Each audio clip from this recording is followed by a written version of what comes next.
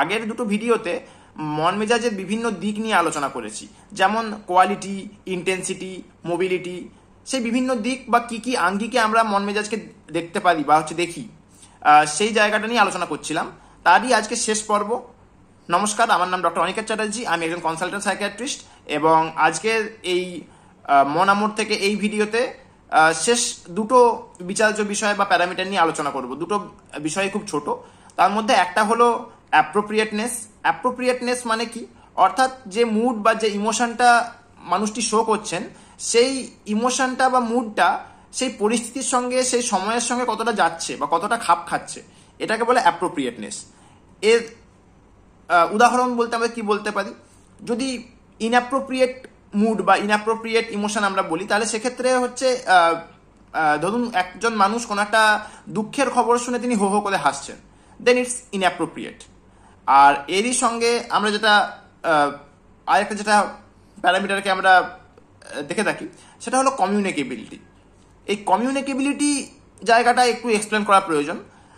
এটা হচ্ছে যে আমার মনের ভাবটা বা আমার ইমোশনটা আমার সামনে যিনি বসে আছেন তিনি কতটা বুঝতে পারছেন, তিনি কতটা পারসিভ করতে পারছেন।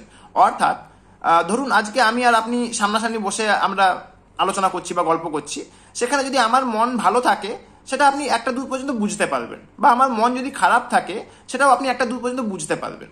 এই যে বুঝতে পারাটা, অন্যের মনের ভাবটা একটা দূর পর্যন্ত বুঝতে পারা বা বোঝাতে পারা, সেটা আমরা খুব কি কনসিয়াসলি করে থাকি? না, কিন্তু তাতেও কিন্তু লোকজন বুঝতে পারেন। এটাকেই বলে কমিউনিকেবিলিটি, অর্থাৎ কতটা কমিউনিকেবল। তো কমিউনিকেবিলিটি বেশিও হতে পারে, কমও হতে পারে নর্মালের থেকে, সেটা দুটোই কিন্তু প্যাথোলজিক্যাল। নর্মালের থেকে বেশি কোন ক্ষেত্রে দেখা যায়, সেটা হলো বিভিন্ন ম্যানিক স্টেটে দেখা যায়। সেটাকে আমরা সাইকিয়াট্রি ভাষায় বলি ইনফেকশাস জকুলারিটি, অর্থাৎ মানুষটি এতটাই জকুলার, এতটাই উৎফুল্ল ভাব প্রকাশ করছেন যে সেটা ইনফেকশাস, সেটা সামনের মানুষটিকেও প্রয়োজনের থেকে বেশি কিন্তু এফেক্ট করছে, নর্মালের থেকে বেশি এফেক্ট করছে। এটা কিন্তু বেশির দিকে হলো। আর কমের দিকে সেটা কিন্তু সিজোফ্রেনিয়া রোগে দেখা যায়, যেখানে কমিউনিকেবিলিটি কমে যায়। অর্থাৎ মানুষটি কি মুড বা কি এফেক্ট শো করছেন সেটা সামনের মানুষ কিন্তু সহজে বুঝে উঠতে পারেন না। এটাকে ডিক্রিজড কমিউনিকেবিলিটি বলে। সাইকিয়াট্রির এই মুড বা এফেক্ট আমরা কিভাবে দেখি সেটা নিয়ে আলোচনা এখানেই শেষ হলো। সাইকিয়াট্রি এবং সাইকোলজি দুনিয়ায় এরকমই অনেক প্যারামিটার, সেটা মুড হতে পারে, থট হতে পারে, স্পিচ হতে পারে, কগনিটিভ ফাংশন হতে পারে, এরকম বিভিন্ন প্যারামিটারকে আমরা কিন্তু বিভিন্নভাবে এক্সপ্লেন করে থাকি এবং কোয়ান্টিফাই করে থাকি, বিশ্লেষণ করে থাকি, অ্যানালাইজ করে থাকি। সেগুলো নিয়ে পরবর্তীতে বিভিন্ন রকম ভিডিও আরও হবে। সঙ্গে থাকবেন, পাশে থাকবেন। ধন্যবাদ।